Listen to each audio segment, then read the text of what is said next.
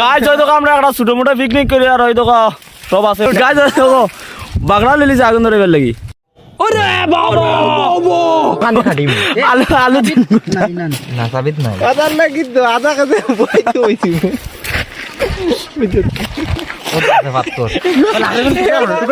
এই যে করাই আনছো তে আমার নাটক করি না এখন ভাত খাইতে ছিল মাংস ভাত নাই তো তাহলে তো ভাত নাই তো তেল লাগাইছেন বাল 200 গ্রাম আদা কেটে বইতে ওম বিষ্ণু করে না ওটা তুই জাগনো পাউদার বললা তোমার কি লাগে আর আড়াইশো মাংস খাইয়া ইগো হাইতো দোকান